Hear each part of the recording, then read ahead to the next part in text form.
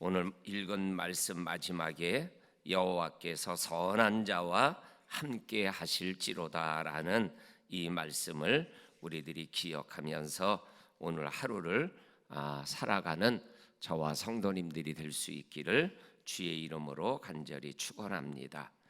오늘 우리가 읽은 2절 말씀에 보면 예후라는 선지자가 여호사밧 왕에게 하는 말입니다. 악한 자를 돕고 하나님을 미워하는 자를 사랑하는 것이 옳은 것입니까? 이 말은 무슨 말이죠? 옳지 못한 일을 행하였습니다라는 그러한 말이죠. 옳은 것이 있고 옳지 못한 것이 있는데, 옳지 못한 것 중에 악한 자를 돕고 악한 자의 편에 서고 그리고 하나님을 미워하는 자를 사랑하는 것은 옳지 못한 것이다 라고 말씀하여 주고 계십니다. 그러면서 2절 끝부분에 그러므로 하나님의 진노하심이 있게 될 것입니다 라고 말하고 있는 것을 보게 되어집니다. 하나님의 진노가 임하는 이유 중에 하나가 관계성입니다. 이 관계를 잘 가지면 하나님의 복이 오고, 관계를 잘못 가지면 하나님의 진노가 임한다고 성경은 여러 곳에서 말씀하여 주고 계십니다. 사무엘하 13장에 있는 말씀에 보면 다윗의 아들 암논이라는 사람이, 왕자가 베달은 남동생 압살롬의 여동생인 다말을 사랑하게 됩니다. 그런데 다말이 싫어하는 거예요. 그래서 고민하다가 상사병에 걸렸다라는 그러한 이야기를 누가 듣게 되냐면 이 암논의 친구인 요나답이 듣게 됩니다. 요나답은 성경에 뭐라고 기록됐냐면 심히 간교한 자다. 창세기에 보게 되면 뱀을 뭐라고 표현해요? 간교한 자다, 이렇게 표현하잖아요. 그래서 요나답의 말을 듣고 다윗 임금에게 아픈 척하고 내가 어떻게 하면 되겠냐 그러면 다말을 집으로 오게 해서 그 여동생이 지어주는 밥을 먹으면 내가 건강이 좀 회복될 것 같습니다. 그렇게 해라. 그리고 오게 되면 다 사람들 내보내고 네 맘대로 해라. 그래서 암논이 친구 요나답의 말을 듣고 그렇게 하죠. 결과가 어떻게 됐어요? 압살롬에게 죽임을 당하는 결과를 가져오게 됐죠. 이 잘못된 관계성이 간교한 자와 함께 하는 것 때문에 암논의 생애가 왕자인데 비참한 죽음을 맞이하게 됐다라는 거죠.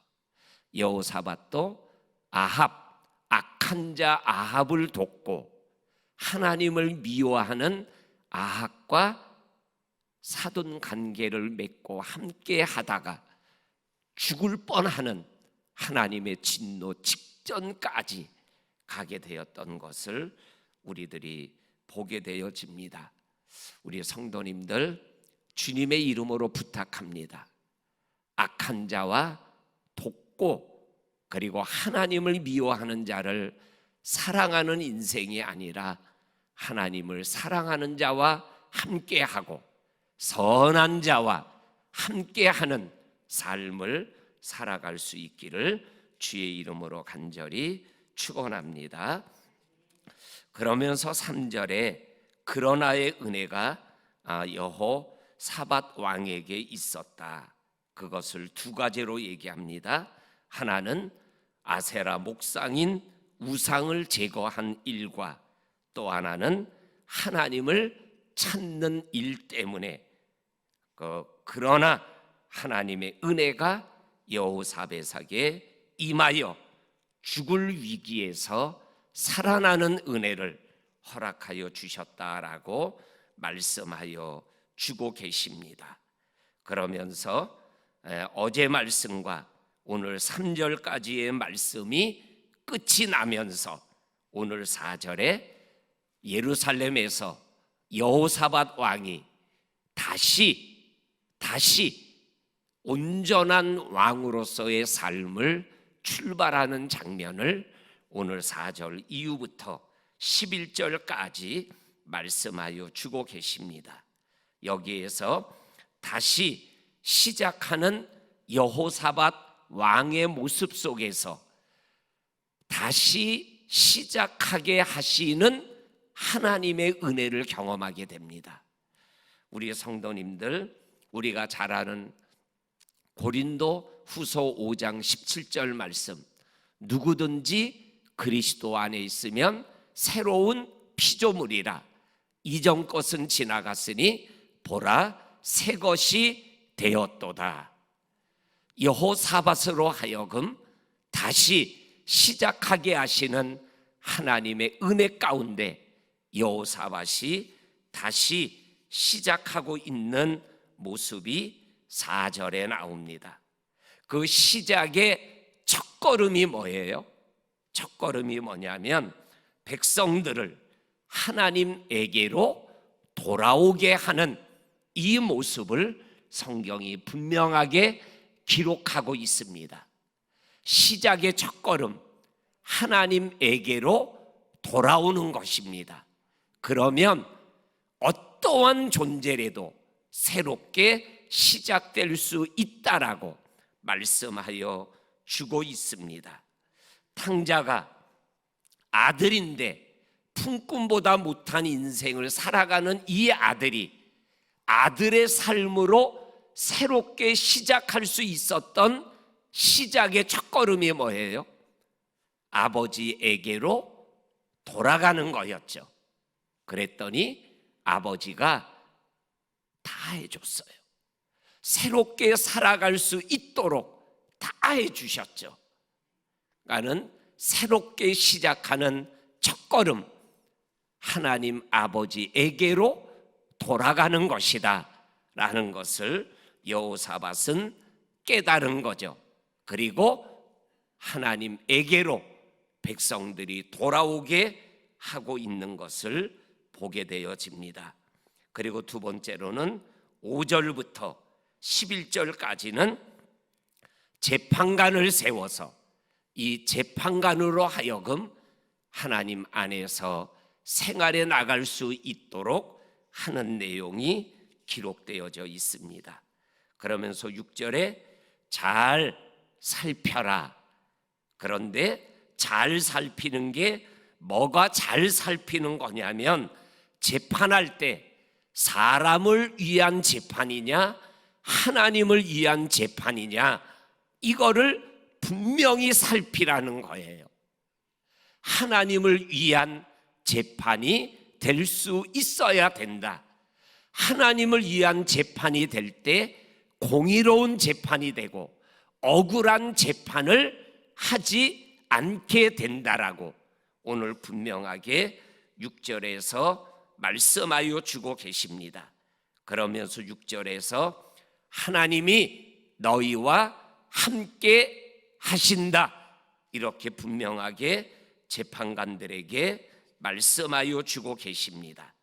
또한 7절에서는 뭐라고 말씀하셨냐면 하나님을 두려워하는 마음으로 행해라. 하나님을 두려워하는 마음으로 재판해라. 그러면서 설명하는 말씀이 7절에 하나님은 불의함이 없고 하나님은 치우치심이 없고 하나님은 뇌물을 받는 일이 없으시다. 그러니까 너희들도 그렇게 재판을 해라 이렇게 말씀하고 계십니다. 그리고 9절에 가서는 하나님을 경외하는 재판관이 되라.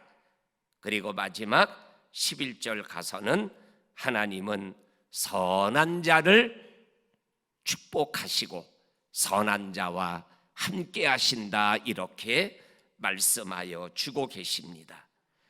여기에서 재판관의 삶이 어떠한 삶이냐? 한마디로 말씀하면 하나님 중심의 삶을 생활해 나가는 것이 얼마나 중요한 것인가라는 것을 말씀하고 계십니다. 하나님을 위하여 하나님이 함께 하신다. 하나님을 두려워해라. 하나님을 경외해라. 그리고 선한 자와 함께 하시는 하나님이시다. 하나님은 치우치심이 없다. 하나님은 뇌물을 받을 일이 없으시다. 이렇게 모두가 하나님 중심이에요. 그럴 때 재판관은 온전한 재판을 통해서 백성들을 이끌어 갈 수 있습니다라고 말씀하여 주고 계십니다. 오늘 우리가 읽은 4절에 다시 시작하시는 여호사밧, 다시 시작하게 하시는 하나님, 그 모습을 오늘 성경 시작하는 말씀이 악한 자를 도왔던 여호사밧 왕이 오늘 11절에 선한 자와 함께 하시는 하나님과 함께하는 왕으로 새로워졌어요. 저와 성도님들 오늘도 새롭게 하시는 하나님과 함께 새로운 한 날을 달려가는 저와 성도님들 되시기를 주의 이름으로 축원합니다. 아멘. 하나님 아버지, 여호사밧이 잘못된 관계성 때문에 아합이 죽을 때 죽을 수밖에 없는 상황에서 하나님이 도우시고 그 적군들을 감동시켜서 공격하던 것을 멈추게 하고 예루살렘으로 평안히 돌아왔을 때 여호사밧은 깨닫고 다시 시작하며 하나님에게로 돌아온 것처럼 백성들을 하나님에게로 돌아오게 하고 재판관을 중심으로 하나님 중심의 삶을 살아가게 했던 선한 삶의 모습을 우리들이 말씀을 통하여 보고 듣고 확인하며 선한 자와 함께 하시는 하나님의 은혜를 우리들이 말씀을 통해서 확인하게 됩니다. 이 말씀 붙잡고 오늘 또다시 새롭게 첫걸음을 내딛는 우리의 삶이 어제보다 더 새로운 하루길이 되게 하여 주셔서 주님께 영광 올려드리는 저와 성도님들이 되게 하여 주옵소서. 예수님의 이름으로 기도하옵나이다. 아멘.